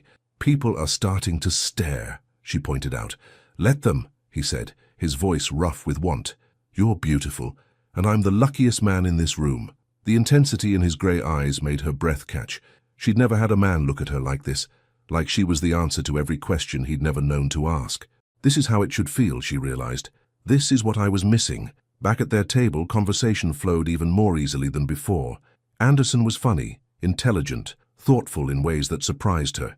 He asked about her dreams beyond event planning, listened intently when she talked about maybe starting her own company someday. He shared his own aspirations. Not just business success, but making a difference, building something meaningful. "I never thought I'd want a partner in business," he admitted as they shared a decadent chocolate dessert. "I've always been too focused, too driven, but watching you work, seeing how you approach problems—" "What?" she prompted when he trailed off. "I think we could build something incredible together. Professionally, I mean." His smile was soft, though I'm hoping for more than just professional partnership. The honesty in his voice, the vulnerability beneath his confidence, made her chest tight with emotion. "What are you hoping for, Anderson?" He was quiet for a long moment, his grey eyes studying her face. "Everything," he said finally. "I'm hoping for everything." As they walked back to her building later that night, Christina felt like she was floating. The evening had been perfect. The music, the conversation, the way Anderson had made her feel like the only woman in the world. When they reached her front steps, she turned to face him, not quite ready for the night to end. "Thank you," she said softly, "for tonight, for the restaurant choice, for everything." "Thank you for saying yes," he replied, stepping closer, "for giving this a chance." They stood there in the warm glow of the streetlights, the sounds of the city quiet around them. Anderson reached up to cup her face, his thumb tracing her cheekbone in a gesture that was becoming beautifully familiar. "I want to kiss you," he said quietly, "but I also want to do this right. Take things at a pace that feels good for both of us." The consideration in his voice, the way he was putting her comfort before his own desire, made her fall even harder. "What if I want you to kiss me?" she asked, stepping closer until there was barely any space between them. His smile was brilliant. "Then I'd say, you read my mind." The kiss was everything their first had been and more, tender but passionate, sweet but promising. When they finally broke apart, both breathing hard, Christina felt like the world had shifted on its axis again. "Good night, Christina," Anderson said softly, pressing one more gentle kiss to her forehead. "Good night, Anderson." As she watched him walk to his car, as she climbed the steps to her building with her heart racing and her lips still tingling, Christina realized she was in serious trouble. She was falling in love with Anderson Mack, and for the first time in years, that didn't scare her. It excited her. Sometimes the best first dates are the ones that make you forget it's a first date at all. Sometimes love means choosing to fight when everything tells you to run. 3 weeks had passed since their first date, and Christina felt like she was living in a beautiful dream. Secret lunches in quiet cafes, late-night phone calls that stretched until dawn, stolen kisses in empty conference rooms that left her breathless and wanting more. Anderson had become the sunshine in her days and the warmth in her nights, and she was falling deeper in love with every shared smile, every gentle touch. The Willowbrook partnership had been approved, bringing prestige and revenue that exceeded even Anderson's optimistic projections. Christina's career was soaring, her confidence at an all-time high. Everything in her life felt perfectly aligned, which was exactly when it all came crashing down. "Christina, my office now." Richard Thorne's voice cut across the Monday morning bustle like a blade. The tone was sharp, cold, completely unlike his usual warm professionalism. Christina looked up from the Hartley Foundation Gala timeline she'd been reviewing, her stomach immediately knotting with anxiety. What could be wrong? The gala was next week. Everything was perfectly organized, every detail confirmed and double-checked. She gathered her tablet and followed Richard to his office, noting the way conversations seemed to stop as she passed, the way colleagues avoided eye contact. Something was very wrong. Richard closed his office door behind them with more force than necessary, then turned to face her with an expression she'd never seen before. Disappointment mixed with something that looked like betrayal. "Sit down," he said tersely. Christina perched on the edge of the chair across from his desk, her mind racing through every recent project, every client interaction, trying to figure out what could have generated this level of tension. "Richard, if this is about the Bennett wedding flowers—" "This isn't about flowers," he interrupted, his voice dangerously quiet. "This is about you, sleeping with the CEO." The words hit her like a physical blow. Christina's mouth went dry, her heart hammering against her ribs as she stared at Richard's furious expression. What? Don't insult my intelligence by playing dumb." Richard leaned forward, his eyes hard. "Did you think no one would notice?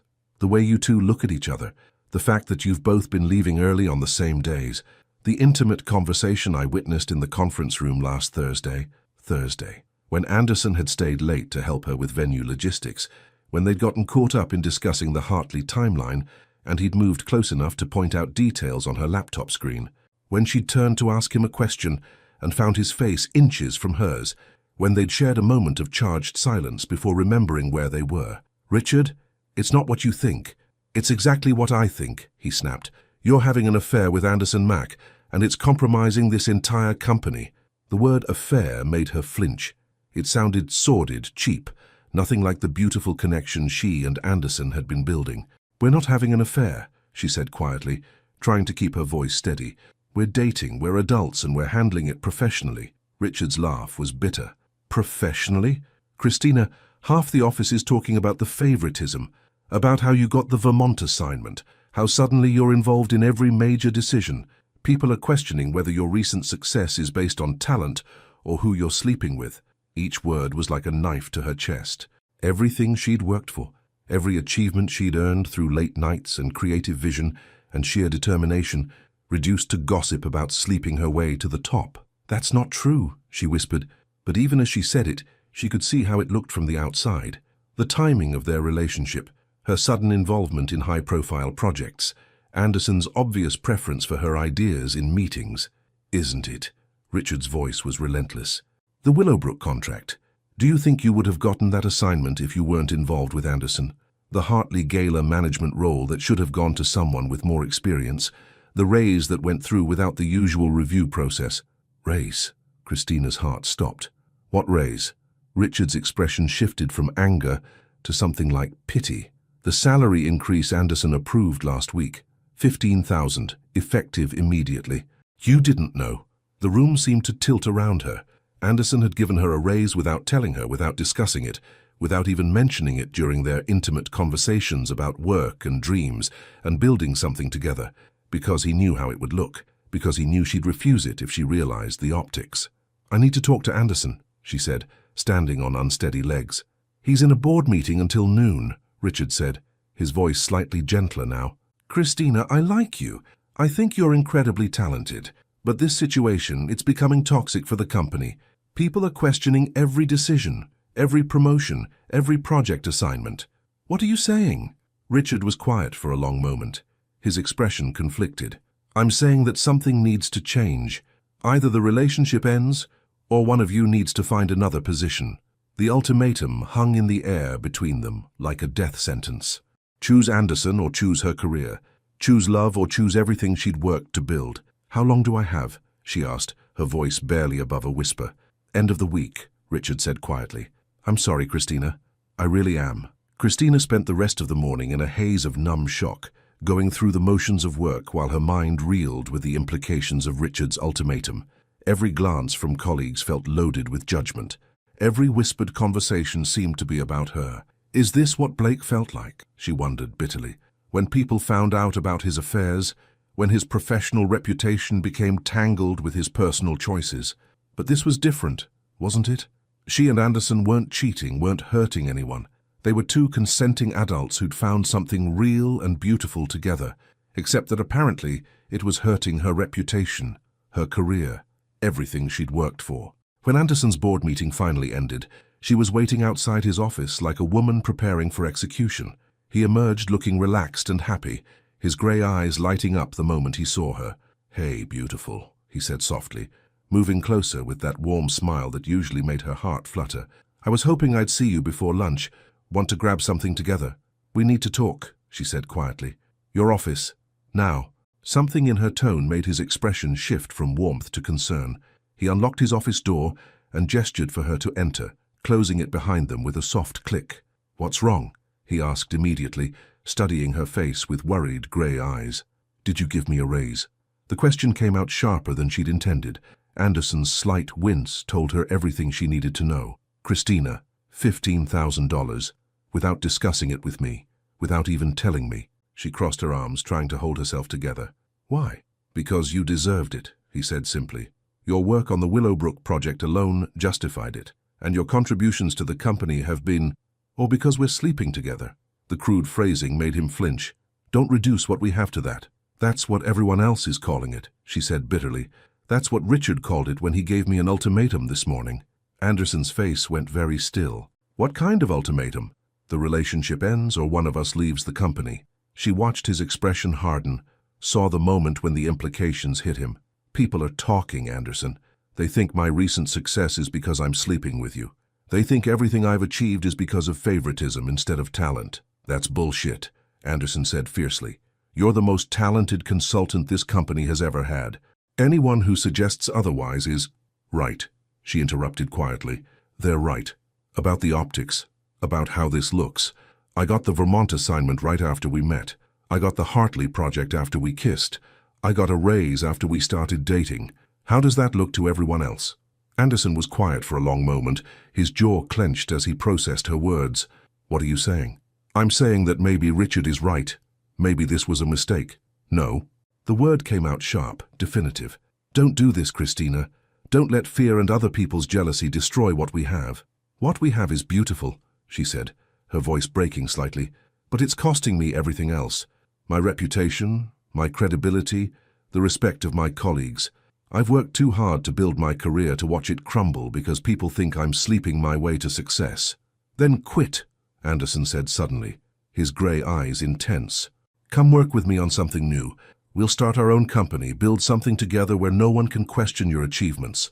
The suggestion was tempting, seductive in its simplicity, but it also proved exactly what she'd been afraid of, that being with Anderson meant giving up her independence, her individual identity. You don't get it, she said quietly. I don't want to be your partner because we're together. I want to succeed on my own merit, build something with my own hands. This job, this company, it's not just a paycheck for me. It's proof that I can make it on my own. You have made it on your own, he said desperately. Everything you've achieved, every success, that's your talent, your vision, your hard work. But no one will see it that way now. They'll always wonder if I earned it or if you gave it to me. Tears were building behind her eyes, but she refused to let them fall. I can't live with that doubt, Anderson. I can't build a career on that foundation. The silence that followed was deafening. Anderson stared at her with an expression of hurt and disbelief, as if he couldn't quite process what she was saying. So that's it? He asked finally, his voice rough with emotion. You're going to throw away what we have because of office gossip? I'm protecting what I've built, she said, though the words felt like glass in her throat. My career, my independence, my self-respect. And what about us? What about love? The word hung between them like a challenge. Love, the word they'd been dancing around for weeks, the feeling that had been growing stronger with every shared laugh, every gentle touch. Love isn't enough, she whispered, the admission tearing her apart even as she said it. Not when it costs me who I am. Anderson's face crumpled, and for a moment he looked lost, vulnerable, in a way that made her want to take back every word. You're making a mistake, he said quietly. Walking away from this, from us, it's the biggest mistake you'll ever make. Maybe, she agreed, tears finally spilling over despite her efforts to stay strong. But it's my mistake to make. She turned toward the door, her vision blurred with tears, her heart breaking with every step. Christina. His voice stopped her just as her hand touched the doorknob. When she looked back, his grey eyes were bright with unshed tears. I love you. Whatever happens, whatever you decide, I love you. The confession she'd been longing to hear, delivered at the moment when it was too late to matter. I love you too, she whispered. That's why this hurts so much. And then she was gone, leaving Anderson alone in his office and walking away from the best thing that had ever happened to her. Because sometimes loving someone means choosing what's best for both of you, even when it destroys you in the process. Love isn't always enough, but sometimes, just sometimes, it's worth fighting for. 6 months later, some endings are really beginnings in disguise. The Plaza Hotel ballroom looked exactly as it had 8 months ago when Christina Vey had first laid eyes on Anderson Mack across a crowded dance floor. Crystal chandeliers cast the same warm golden light, the same elegant crowd mingled with champagne glasses, the same jazz ensemble played soft background music.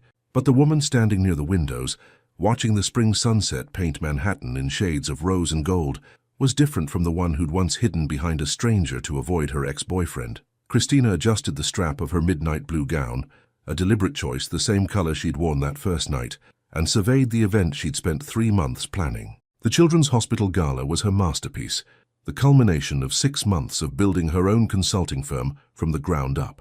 Every detail was perfect, from the auction displays showcasing local artists to the dining tables arranged to encourage both intimacy and networking. You did this, she reminded herself, pride warming her chest.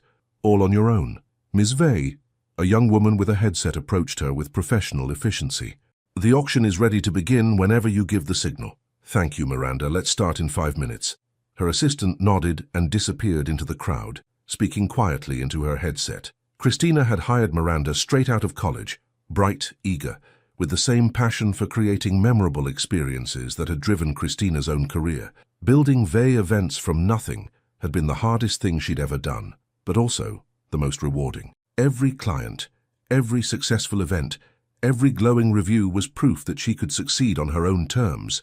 But success, she'd learned, felt hollow when you had no one to share it with. She thought about Anderson constantly, during morning coffee in her new office in Soho, during late nights spent perfecting event timelines, during quiet moments when she let herself remember grey eyes and gentle hands, and the way he'd looked at her like she was the answer to every question he'd never known to ask. Stop, she commanded herself, the same internal reminder she'd been giving for 6 months. He's moved on. You made your choice. She'd heard about him, of course. The New York business community wasn't that large, and Anderson Mack's success was hard to ignore. Lux Events had expanded into corporate consulting under his leadership. He'd been featured in Forbes, had been photographed at various charity functions and business conferences. Always alone, she'd noticed, though she told herself that didn't mean anything. He deserves someone who won't run when things get complicated, she thought, the familiar ache settling in her chest. Someone who won't choose career over love. "Ladies and gentlemen," the auctioneer's voice boomed across the ballroom, "if you could take your seats, we're ready to begin this evening's auction to benefit the Children's Hospital Foundation." Christina positioned herself near the back of the room, where she could monitor the flow of the event without being intrusive. She watched with professional satisfaction as her carefully orchestrated evening unfolded. Guests finding their seats, servers moving efficiently with final drink orders, the lighting dimming to focus attention on the auction stage. Everything was perfect, exactly as she'd planned. That's when she saw him. Anderson stood near the bar, devastating in a black tuxedo that fit him like it had been made for his broad shoulders. His dark hair was perfectly styled, his grey eyes scanning the room with the same confidence she remembered.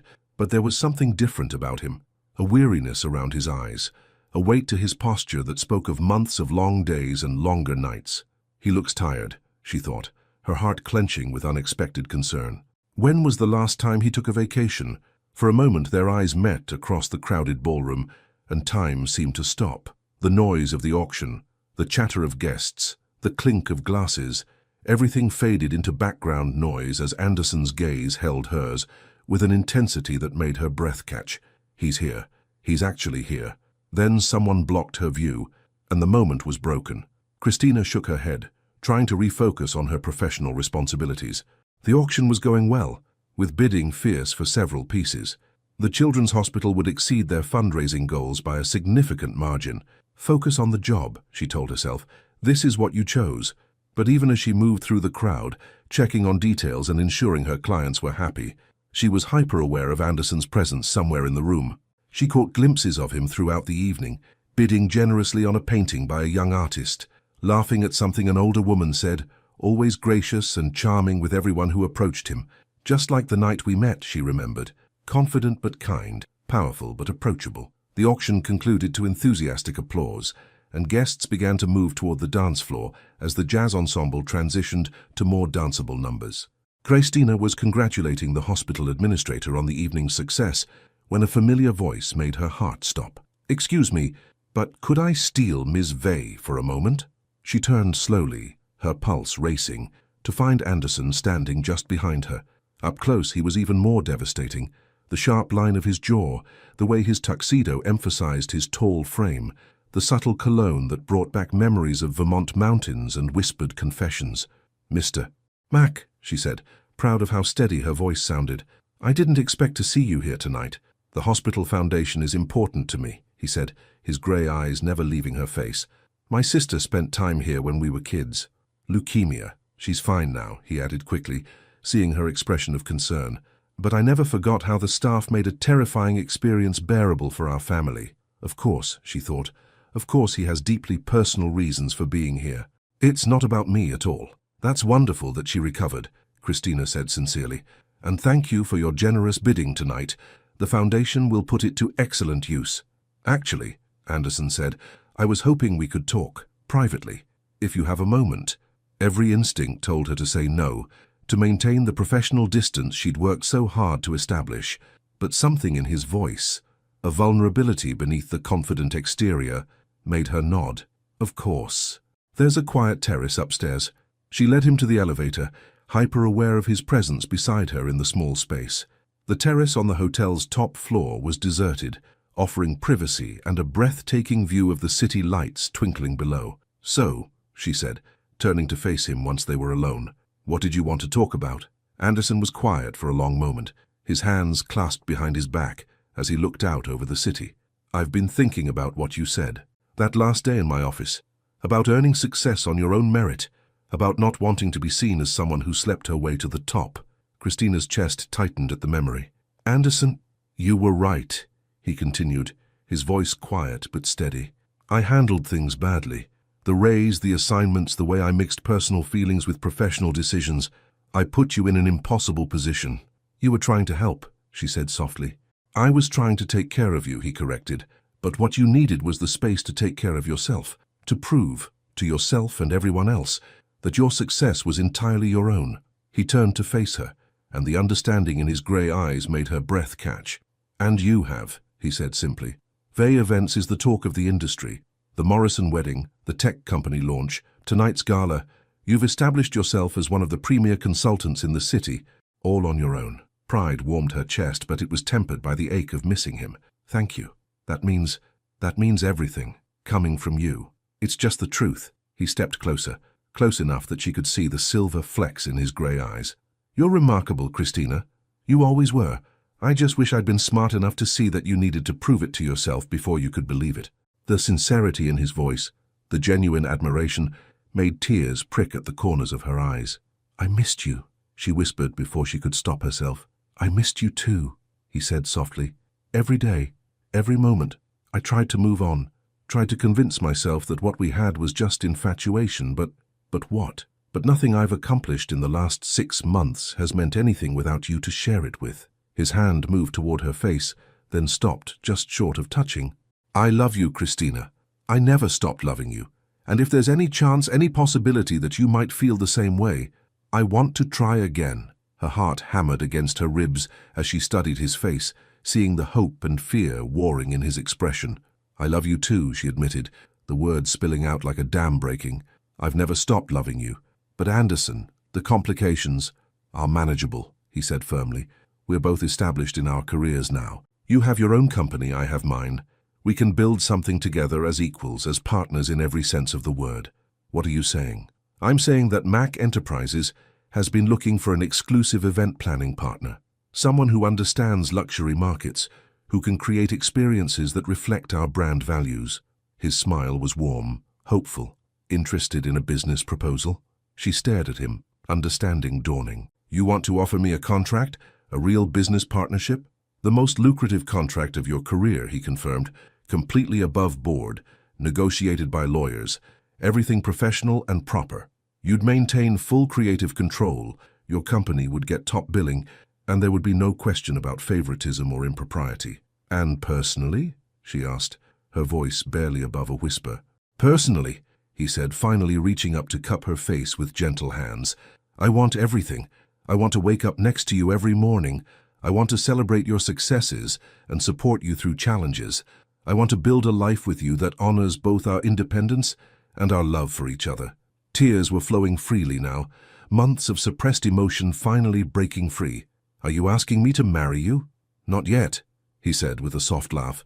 But someday when you're ready, when we've had time to build something stable and beautiful together. Yes, I want to marry you, Christina Vey. I want to be your partner in everything. She looked into his eyes, seeing the future he was offering. Professional respect, personal happiness, love without compromise or sacrifice. What if people still talk? She asked. What if they say I'm only successful because I'm with you? Then they'll be wrong, he said simply. And anyone who matters will know the truth, that you're brilliant and talented and successful because you worked for it, because you earned it, because you're extraordinary. The conviction in his voice, the absolute certainty, made something settle in her chest. He was right. She had proven herself. She had built something beautiful on her own. And maybe, just maybe, she was strong enough now to build something even better with him. Okay, she whispered. Okay? His voice was hopeful but uncertain. Okay to the business partnership. Okay to trying again. Okay to... She smiled through her tears. Okay to everything. His smile was brilliant, transforming his entire face as he leaned down to kiss her. The kiss was everything she remembered and more, tender but passionate, sweet but promising, full of love and second chances, and the possibility of forever. When they finally broke apart, both breathing hard, Anderson rested his forehead against hers. I have something for you, he said softly, reaching into his jacket pocket. He pulled out a small velvet box, and for a moment Christina's heart stopped. But when he opened it, instead of a ring, she found a delicate gold bracelet with a single charm, a tiny pair of dancing shoes.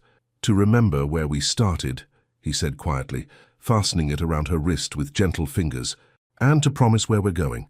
She looked down at the bracelet, at the way the little shoes caught the light, and felt her heart overflow with love. Dance with me?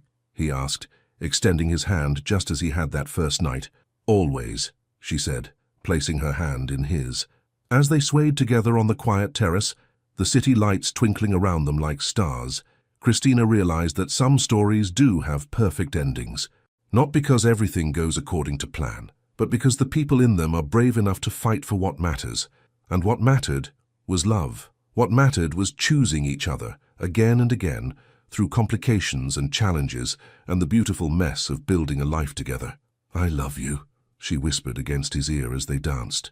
"I love you too," he murmured back, "forever." And as the music played and the city hummed below them, Christina knew that this was just the beginning of a partnership built on respect and equality, the beginning of a love story that honored both independence and togetherness, the beginning of everything she'd never dared to dream she could have, because sometimes when you're brave enough to let love in, it transforms not just your heart, but your entire world. And sometimes, just sometimes, the most beautiful dance is the one you almost walked away from. 3 years later, at their wedding reception, the first dance song was "The Way You Look Tonight," the same song that had been playing the night they met. Because some love stories are worth waiting for, worth fighting for, and worth celebrating forever. What did this story teach you about balancing love and ambition? Would you have made the same choice Christina did? Your participation means a lot to the channel. Please share your thoughts in the comments. Thank you so much for watching until the end. If you enjoyed this story, don't forget to subscribe to the channel, leave a like and comment your thoughts. Your participation is very important to us. See you next time.